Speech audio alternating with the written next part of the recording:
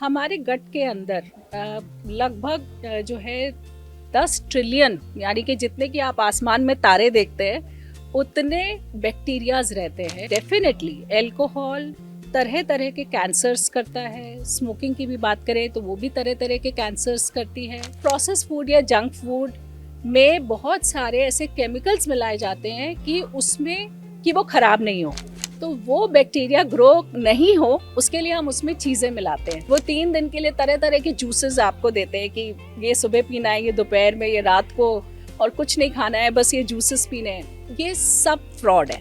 अगर आप ऐसा कर रहे हैं तो आपके जो गुड बैक्टीरिया है वो एक लिमिटेड वैरायटी के होंगे। रात में 2 बजे भूख लग गई, कभी कभी आपको 3 बजे भूख लग गई, तो आप अपने लिवर और किडनी को सारा दिन काम कराते रहते हैं।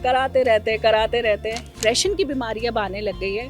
उसकी जड़ भी हमारे पेट के अंदर ही है, क्योंकि हम अपने लिवर किडनी को ओवरवर्क करा रहे हैं। स्टेज पर जाने से पहले, परफॉर्मेंस देने से पहले, कोई भी कंपटीशन अगर होता है तो हम नर्वसनेस फील करते हैं। और वो नर्वसनेस हम कहाँ फील करते हैं? पेट में।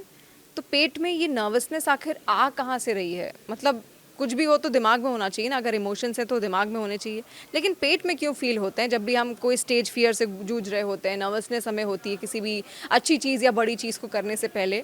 यही आज आप इस पॉडकास्ट में जानेंगे। इसके अलावा आपने बहुत बार लोगों को कहते सुना होगा, खुद भी आपने कहा होगा, गट फीलिंग है मुझे, ये सही है और ये गलत है।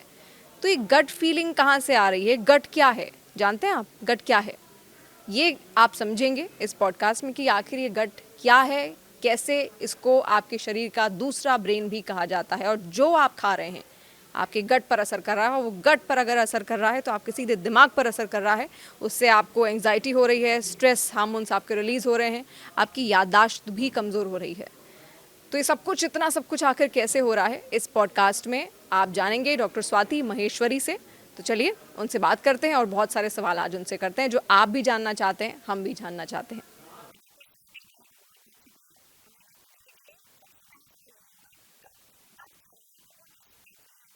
बहुत ही इंटरेस्टिंग कॉन्सेप्ट है और मुझे उम्मीद है कि ये पॉडकास्ट सुनने के बाद बहुत सारे जो हमारे मन में भ्रम रहते हैं और जिन चीज़ों की तरफ हम ध्यान नहीं देते हैं, शायद उस तरफ लोगों का जो है ध्यान जाएगा।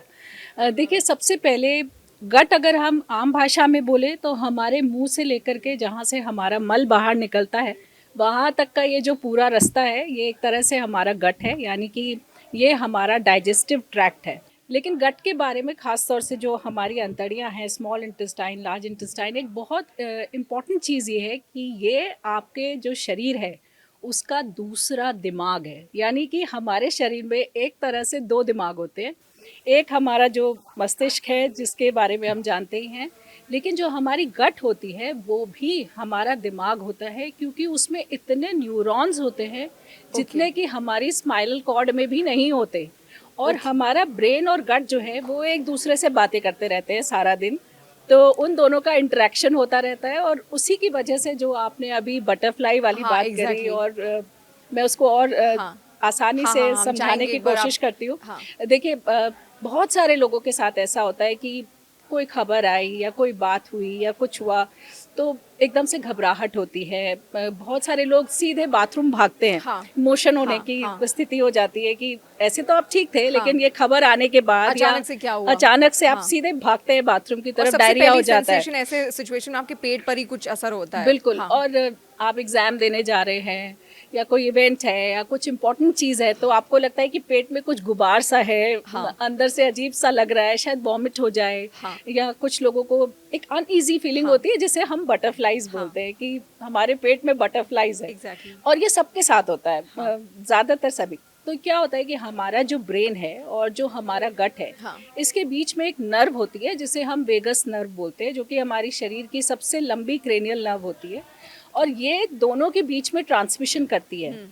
तो ये वेगस नर्व जो है, ये जैसे ही थोड़ा स्ट्रेस होता है या तनाव होता है तो एक्टिवेट हो जाती है, और इसकी वजह से हमें ये फीलिंग्स होती है जो कि हमें अपने पेट में ऐसा लगता है कि एसिडिटी हो रही है या कुछ अजीब सा है, कुछ चल रहा है हमारे पेट के अंदर, या गैस बन रही है। तो ये सारी फीलिंग्स वहाँ से उठ करके आती है, उसकी वजह से आती है, क्योंकि हमारा ब्रेन और हमारा जो गट है वो दोनों कनेक्टेड है। तो जैसे ही हमें वो इमोशंस आते हैं, जैसे ही हमें ये एहसास होता है कि हम या तो डिफ़िकल्ट सिचुएशन में है या एग्जाम्स आ रहे हैं या कुछ ऐसा है, तो वो सीधे हमारे गट पे असर करता है और वही हम देखने को यानी मिलता है। जो न्यूरॉन्स हैं जो हमारे ब्रेन में भी होते हैं, पाए जाते हैं, और आपने कहा स्पाइनल कॉर्ड में भी होते हैं, लेकिन उससे कहीं ज़्यादा हमारे वो पेट में हैं। बिल्कुल। तो उसी की वजह से वो जो गट फीलिंग है या जो ऐसी सेंसेशन है बटरफ्लाइज वाली वो हमें आती है। हाँ बिल्कुल, क्योंकि ये इनका डायरेक्ट कनेक्शन है। तो जैसे ही आपके इमोशंस चेंज होंगे, हाँ।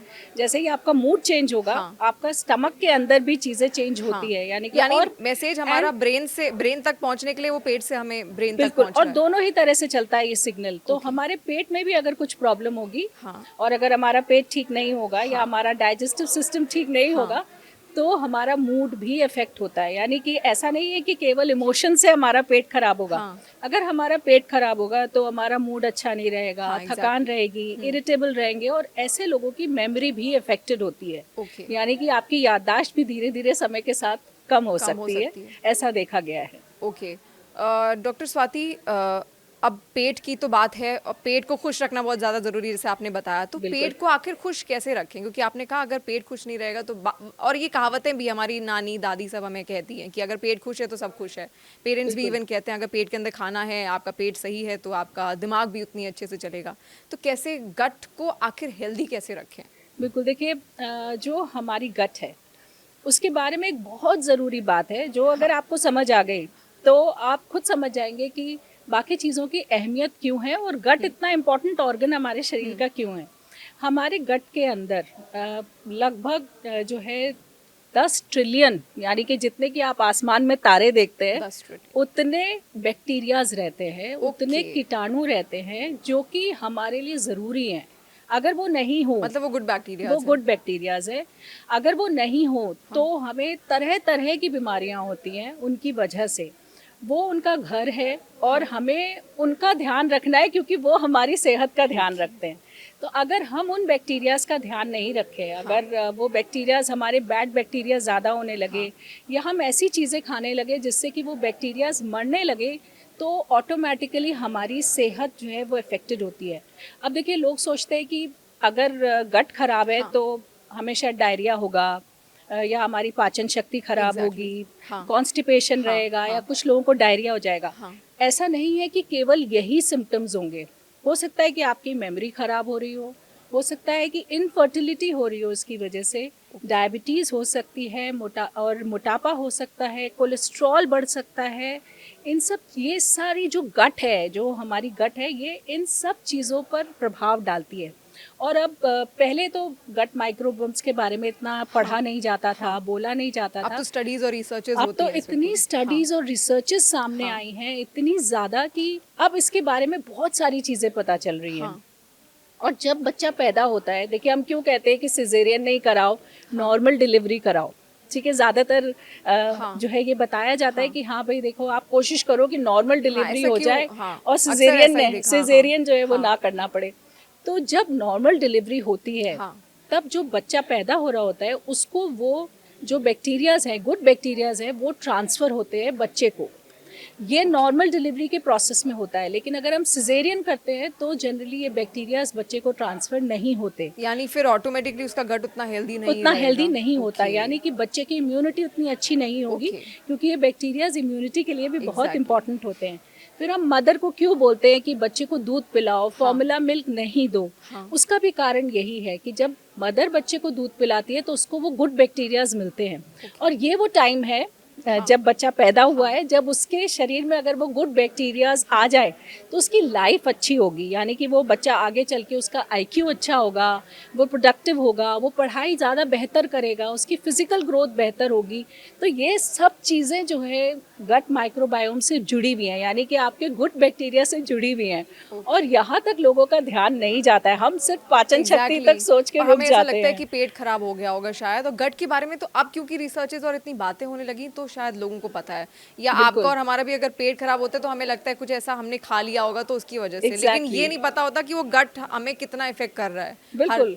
और देखिए, पेरेंट्स आजकल छोटे बच्चे जिद करते हैं तो आप जंक फूड खिला देते हैं तो बच्चों होता है, को, हाँ, है ना। बहुत कितना normally, ज़्यादा हाँ। हम जंक फूड अब खाने लग गए या खिलाने लग गए।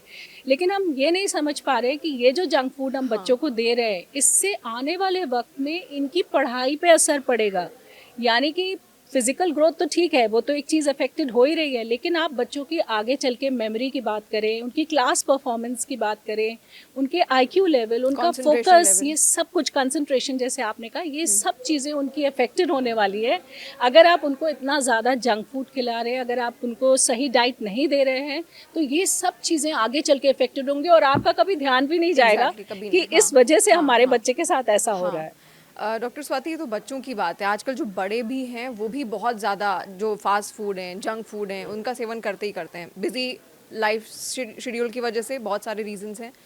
पिज़्ज़ा है, बर्गर है और इसके अलावा तमाम जो जंक फूड्स हैं। एक बार मैं आपसे जानना चाहूँगी कैसे ये हमारी गट हेल्थ को इफेक्ट कर रहे हैं, कैसे हमारा कॉन्सेंट्रेशन लेवल इससे कम हो रहा है और हमें पता भी नहीं है उस चीज़ का। बिल्कुल, बहुत ही इंटरेस्टिंग है। देखिए, पहली बात तो ये कि ये जो गट है में जो हमारे बैक्टीरियाज हैं, ये बैक्टीरिया हम जो भी खाना खाते हैं उसमें से हमें एनर्जी निकालने में मदद करते हैं। यानी कि जो हम खाना खा रहे हैं उसमें से हमें एनर्जी, न्यूट्रिएंट्स तभी मिलेंगे जब वो अच्छे से डाइजेस्ट होगा। तो पहली बात तो ये बैक्टीरिया हमें उसमें मदद करते हैं। दूसरा, जो हमारी गट की लाइनिंग होती है, क्योंकि बिल्कुल वहीं से खून जा रहा है और वहीं से हमारी इंटेस्टाइन की लाइनिंग भी है, तो खराब चीज़ें या जो टॉक्सिन्स हैं वो इंटेस्टाइन से ब्लड में नहीं जाए, ये बैक्टीरिया प्रिवेंट करते हैं। यानी कि जो इंटेस्टाइन की लाइनिंग होती है उसको ये सुरक्षित रखते हैं। और जब ये खराब होने लगती है तो हम लीकी गट बोलते हैं, जो कि एक टर्मिनोलॉजी है, आजकल काफ़ी लोग सुनने लग गए हैं, लीकी गट हो गई है। तो लीकी गट का मतलब यही है कि जो टॉक्सिन्स हैं जो कि मल के रूप में शरीर से बाहर निकलने चाहिए, वो बाहर निकलने की बजाय उल्टे आपके खून में जा रहे हैं। ओके, वो हमारे ब्लड में मिक्स वो हमारे ब्लड में मिक्स हो रहे हैं और उसकी वजह से फिर हमें बीमारियां होती हैं। तो बैक्टीरिया का बहुत इंपॉर्टेंट रोल है। अब आपने बोला कि जंक फूड या प्रोसेस फूड, बहुत ज्यादा, देखिए प्रोसेस फूड या जंक फूड में बहुत सारे ऐसे केमिकल्स मिलाए जाते हैं कि उसमें कि वो खराब नहीं हो। और खाना खराब कैसे होता है? खाना खराब होगा जब उसमें बैक्टीरिया या फंगाई या वायरस ग्रो करने लगेंगे, तो हम कहते हैं खाना सड़ गया या खराब हो गया या अब इसको फेंक देना चाहिए। ठीक है, तो वो बैक्टीरिया ग्रो नहीं हो उसके लिए हम उसमें चीज़ें मिलाते हैं ताकि वो खाना जो है सुरक्षित रहे, शेल्फ्स पे रखा रहे और हम खरीद करके खाते रहें। एडेड प्रिजर्वेटिव्स होते हैं, माल्सीफायर्स होते हैं, बहुत सारी चीज़ें उसमें ऐसी मिलाई जाती हैं। अब आप ये सोचिए कि जब इसी खाने को आप सारे टाइम खा रहे हैं तो आपके जो गुड बैक्टीरियाज हैं वो भी मरने लगते हैं। यानी कि आप केवल शेल्फ पे रखे हुए खाने में बैक्टीरियाज नहीं मार रहे हैं, आप पेट के अंदर के जो गुड बैक्टीरियाज हैं उन्हें भी मार रहे हैं। हम अपने पेट में कूड़ा भर रहे हैं। बिल्कुल, आप बैक्टीरियाज को मार के एग्जैक्टली आप कूड़ा भर रहे हैं और इसकी वजह से जो है आपका जो गट है उसका जो अच्छा माइक्रोबायोम है, जो अच्छे बैक्टीरिया है, वो सब मर जाते हैं। और जब बैड बैक्टीरियाज आपके शरीर में ज़्यादा होंगे तो आपको डायबिटीज़ होगी, आपको ब्लड प्रेशर होगा, मोटापा होगा, आपको तरह तरह की और बीमारियां होंगी, कोलेस्ट्रॉल आपका बहुत बढ़ जाएगा। तो ये सब चीज़ें फिर आपको धीरे धीरे समय के साथ होनी शुरू हो जाएंगी। Okay, doctor Swati, junk foods में बहुत ज़्यादा कॉमन देखा गया है कि वो मैदे से ही बनते हैं। मैं एक्सपर्ट को सुन रही थी, उनका ये कहना था कि मैदा इतना अनहेल्दी नहीं है जितना हमने उसको बनाया है। अगर उसको करेक्ट मात्रा में फाइबरस चीज़ों के साथ लिया जाए, फाइबरस खाने के साथ लिया जाए, और ये भी बहुत आम है, हमारी मम्मी और दादी नानी सब हमें बोलते हैं कि ज़्यादा मैदा मत खाओ, पेट में चिपक जाता है। तो क्या वाकई वो पेट में चिपकता है? तो कहाँ चिपकता है, किस तरीके का असर होता है हमारी गट हेल्थ पे उससे? देखिए, चिपकता कुछ भी नहीं है। अच्छा, और बिल्कुल मतलब कुछ ऐसी चीज नहीं है जो जाकर के हमारे गट में जाके चिपक जाती है। ऐसा नहीं है, लेकिन क्योंकि देखिए हमारे गट में मूवमेंट होता रहता है सारे टाइम, तो इसलिए चिपकता कुछ नहीं है। लेकिन हाँ, जो रिफाइंड ग्रेन्स होते हैं उनमें फाइबर्स नहीं होते हैं और हमारे गट को फाइबर्स चाहिए। जो ये हमारे बॉडी में जो गुड बैक्टीरिया है उनका खाना होते हैं ये फाइबर्स, और उनकी वजह से फर्मेंटेशन होता है और उसकी वजह से बैक्टीरियाज की भी हेल्थ बहुत अच्छी रहती है। तो इस वजह से अगर हम फाइबर्स नहीं खाएंगे तो धीरे धीरे जो है हमें कॉन्स्टिपेशन की प्रॉब्लम, पाचन शक्ति खराब होना और धीरे धीरे जितनी बीमारियों के मैंने अभी आपको नाम लिए वो सब होनी शुरू हो जाएंगी, क्योंकि आप फाइबर नहीं खा रहे हैं जो कि आपके गट के लिए जीवनदायिनी है। यानी कि अगर आपके गट में फाइबर्स नहीं पहुंच रहे, इसीलिए देखिए शिवानी, आपने सुना होगा बहुत सारे लोग आजकल जो है यूट्यूब पे बना करके वीडियोस डालते हैं, सोशल मीडिया पे डालते हैं कि 3 दिन के लिए ये डिटॉक्स जूसेस पियो और आपकी गट हेल्दी हो जाएगी, राइट? और वो 3 दिन के लिए तरह तरह के जूसेस आपको देते हैं कि ये सुबह पीना है, ये दोपहर में, ये रात को, और कुछ नहीं खाना है, बस ये जूसेस पीने हैं। ये सब फ्रॉड है इन द सेंस कि जब आप केवल जूस पीते हैं अगर आप फाइबर्स नहीं खा रहे, क्योंकि जूस में फाइबर्स नहीं होते हैं, ओके। उसमें से सब फाइबर्स निकल जाते हैं। जब ये चीज़ बाहर निकल जाएगी हाँ। तो केवल जूस से कुछ भी डिटॉक्स नहीं होता है, हाँ। क्योंकि हमारे गट को हेल्दी करने के लिए हमें फाइबर्स चाहिए। हाँ। तो अगर आप जूस के साथ होल ग्रेन्स लेते हैं, जैसे कि किनवा है, ओट्स हैं, हाँ। या जो हमारे ग्रेन्स और आते हैं जो कि रिफाइंड नहीं है, हाँ, even अगर आप चपाती में भी बहुत ज़्यादा एग्जैक्टली फाइबर होता है। जब आप इन चीज़ों को खाते हैं साथ में, हाँ। तब आपको वो फाइबर्स मिलते हैं और तब आपके गट को फायदा यानी कि होता है। बहुत ज़्यादा रिफाइंड नहीं होना चाहिए।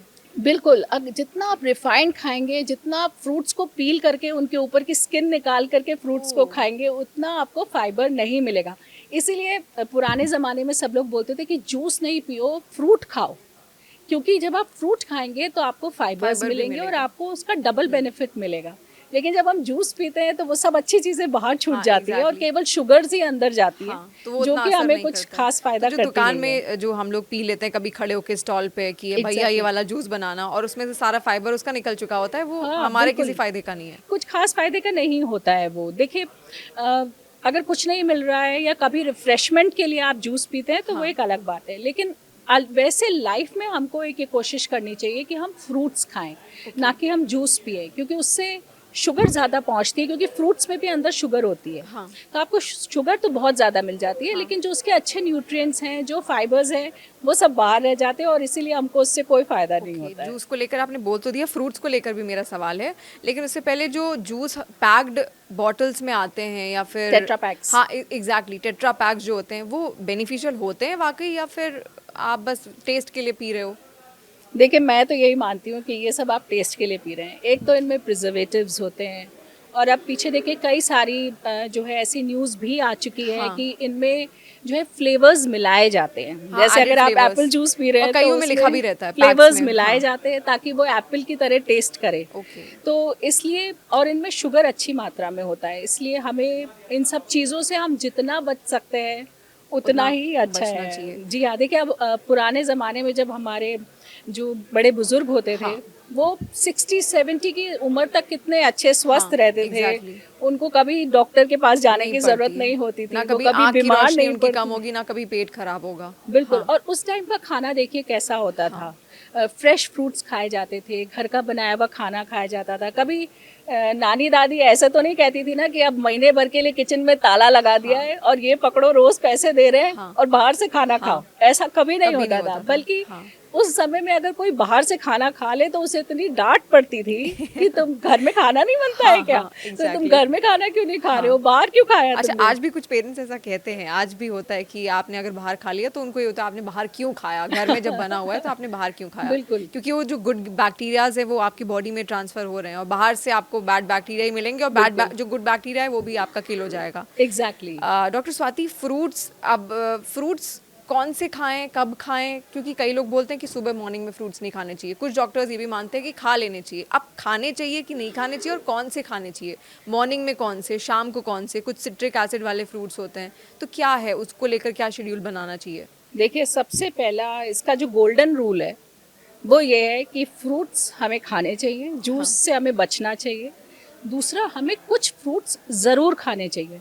अब मैं ये बिल्कुल नहीं बोलूँगी कि एप्पल ही खाओ, कि पाइनएप्पल ही खाओ, कि ग्रेप्स ही खाने चाहिए, ऐसा कुछ भी नहीं है। देखिए, अगर आपको अपने माइक्रोबायोम्स को, अगर आपके गुड बैक्टीरिया को आपको हेल्दी रखना है, तो आप जितना वैरायटी खाओगे हाँ। उतने आपके बैक्टीरियाज अच्छे होंगे।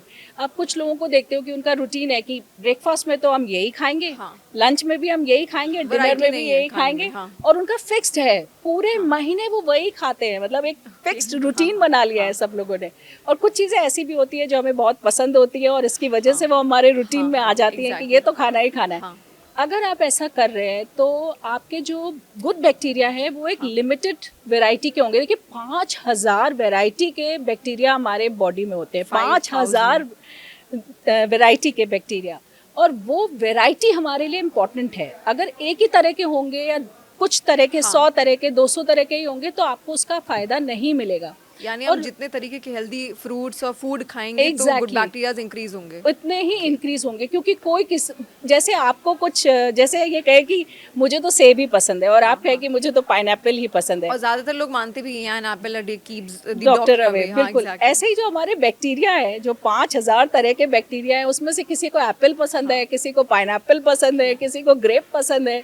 तो उन सबको खुश रखना है आपको, और उन सबको खुश रखने के लिए जब तक आप सब चीज़ें नहीं खाएंगे, वैरायटी नहीं खाएंगे, तब तक वो खुश नहीं रहेंगे। तो इसलिए आपको सब चीज़ें खानी चाहिए। और देखिए, हर फ्रूट में कुछ एक्स्ट्रा विटामिन होते हैं, न्यूट्रिएंट्स होते हैं, जो कि सब में सेम नहीं होते, और हमें सबकी ज़रूरत है। इसलिए हमें वैरायटी अगर हम खाएं तो दैट इज़ बेस्ट। और ये मत सोचिए कि सुबह खाना है कि दोपहर को कि रात को। आप खाना तो शुरू करिए, कम से कम। ये लोग तो शुरू ही नहीं कर रहे, खा ही नहीं रहे। तो ये सब चक्करों में बिल्कुल मत पड़िए, लेकिन फ्रूट्स खाइए, बच्चों को खिलाइए, ये बहुत ज़्यादा ज़रूरी है। यानी अपने लिए तो हमें खाना ही है, और गुड बैक्टीरियाज को सेव करने के लिए, प्रिवेंट करने के लिए भी खाना है। अब यूथ की फूड हैबिट्स पे आते हैं, क्योंकि यूथ जनरेशन, और भारत में तो इतनी ज़्यादा आबादी है यूथ की, अल्कोहल कंजम्पशन बहुत ज़्यादा है। और यूथ में तो आप भी कहीं पार्टीज़ में जाती होंगी, हम भी कहीं जाते हैं, तो एक कूल माइंडसेट बनाया कि अगर आप अल्कोहल लेते हैं, आप वाइन लेते हैं, तो यू आर टू कूल। अगर आप नहीं लेते तो अरे नहीं लेते हो। ये सवाल क्यों होता है, और ये हमारी गट हेल्थ को क्या इफेक्ट करता है अल्कोहल कंजम्पशन, जिस तरीके से अब लोग कर रहे हैं, स्टेटस बना दिया है उसको लेकर? बिल्कुल, देखिए आपने सही कहा, ये हम ही लोगों ने बनाया है। और जो है, लोग इस तरह से स्टिग्मेटाइज करते हैं उन लोगों को जो लोग नहीं लेते हैं, या जो लोग इन चीज़ों को पसंद नहीं करते हैं। तो ये हमारे द्वारा बनाया हुआ ही चीज़ है। ये नेचर के द्वारा बनाई हुई चीज़ ऐसा सच नहीं है कि ये हमारे लेना ही लेना एग्जैक्टली। तो पहली बात तो ये है। दूसरी बात, देखिए डेफिनेटली अल्कोहल तरह तरह के कैंसर्स करता है। स्मोकिंग की भी बात करें तो वो भी तरह तरह के कैंसर्स करती है।